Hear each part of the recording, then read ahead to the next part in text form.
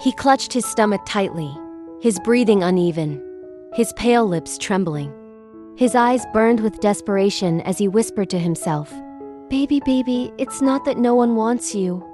Someone loves you. I love you. I look forward to your birth. I care about your health. I value you. I love you, and I'm willing to give up everything for you." But reality was cruel. Problems pressed down on him, heavy and suffocating. He had to think of a solution. Money. Where could he get money?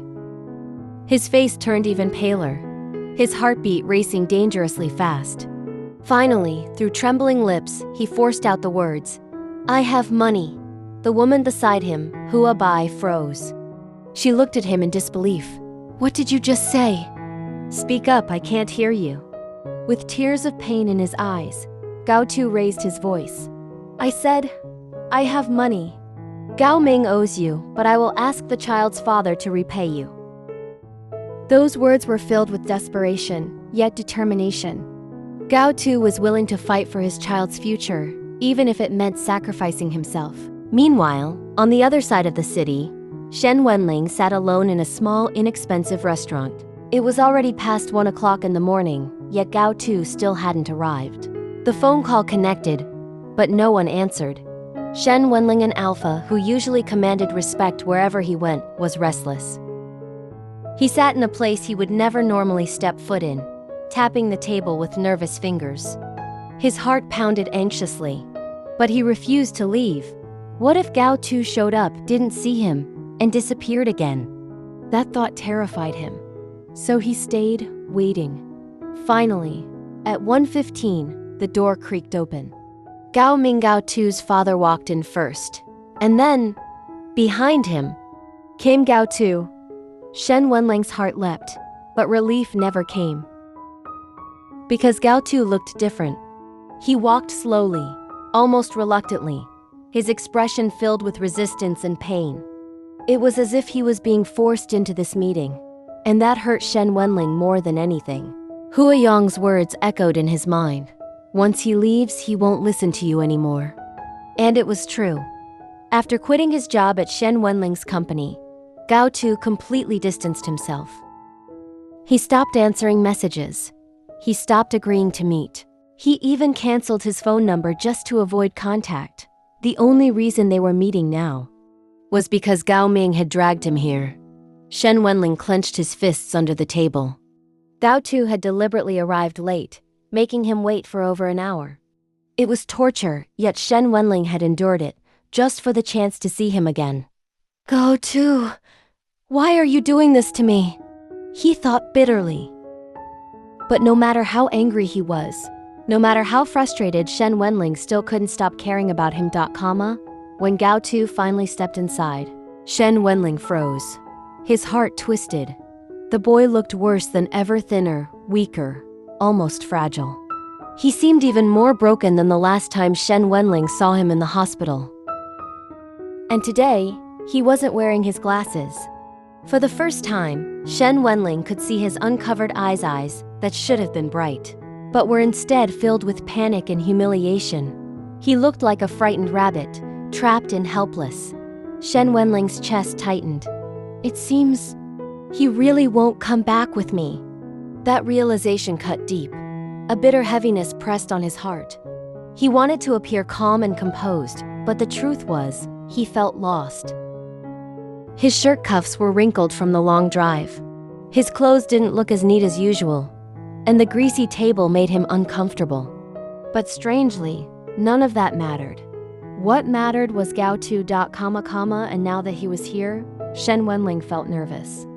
Almost like he was the one being judged, being interviewed. How ridiculous. He was the alpha, the successful boss, the one everyone admired. Yet in front of Gao Tu, he felt vulnerable. For Gao Tu, the emotions were even heavier. Each step into the restaurant felt like walking toward his own execution. The argument earlier had left him shaken, and in the chaos, his glasses had been broken. His vision was blurry, but he still recognized Shen Wenlang immediately. That man sat there, so outstanding, so striking, even in this cheap, ordinary restaurant. He looked out of place like a shining pearl surrounded by dull stones. But Gao Tu didn't feel comforted by his presence. Instead, his stomach twisted painfully. His chest felt tight, his breath short. Every part of him screamed that he didn't want to face this moment. Yet, he had no choice. Shen Wenlang's heart ached as he studied him. How had things gotten this bad? This was the same Gao Tu who used to stay by his side, quietly following his instructions, always gentle, always dependable.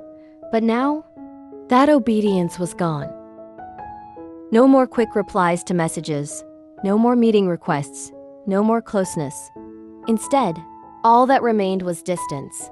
And worse, pain. Shen Wenlang felt it in every look, every movement. Still, no matter how much it hurt, he couldn't stop wanting to see him. The weight had been unbearable. Every minute felt like torture, like being roasted alive, tied to flames. And when Gao Tu finally arrived, it was like cold water had been poured onto burning coals. He wanted to speak, but his throat was dry. No words came out. For Gao Tu, it was no easier.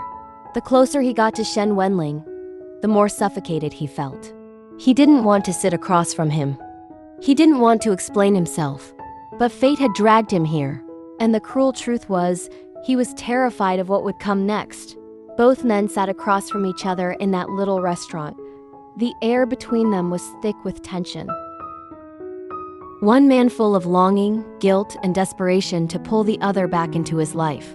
The other full of pain, fear, and determination to stay away, even if it broke his heart. It was a standoff of emotions. Would Gao Tu ever soften and return? Would Shen Wenlang ever let him go? The answer remained unclear. But one thing was certain. Neither of them could forget the other. No matter how much distance grew between them, no matter how many walls were built. And this encounter was just the beginning of another storm. And that's where today's chapter of Gao Tu and Shen Wenlang's story leaves us. On one side, we see Gao Tu and Omaga carrying both a child and unbearable pressure, struggling against reality, pain, and fear. His love for his baby is strong enough to make him stand tall, even when the world pushes him down.